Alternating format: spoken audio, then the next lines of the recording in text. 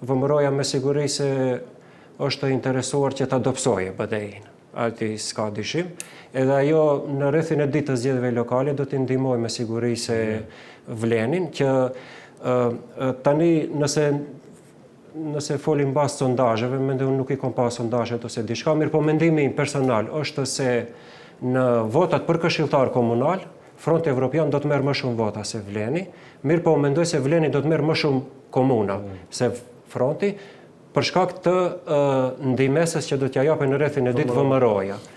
Edhe në atë moment, do me thonë, mendoj se në këtë rast, do me thonë, VMRO-ja do t'interesë. Këto votat në kutia, që do i merë Fronti ma shumë?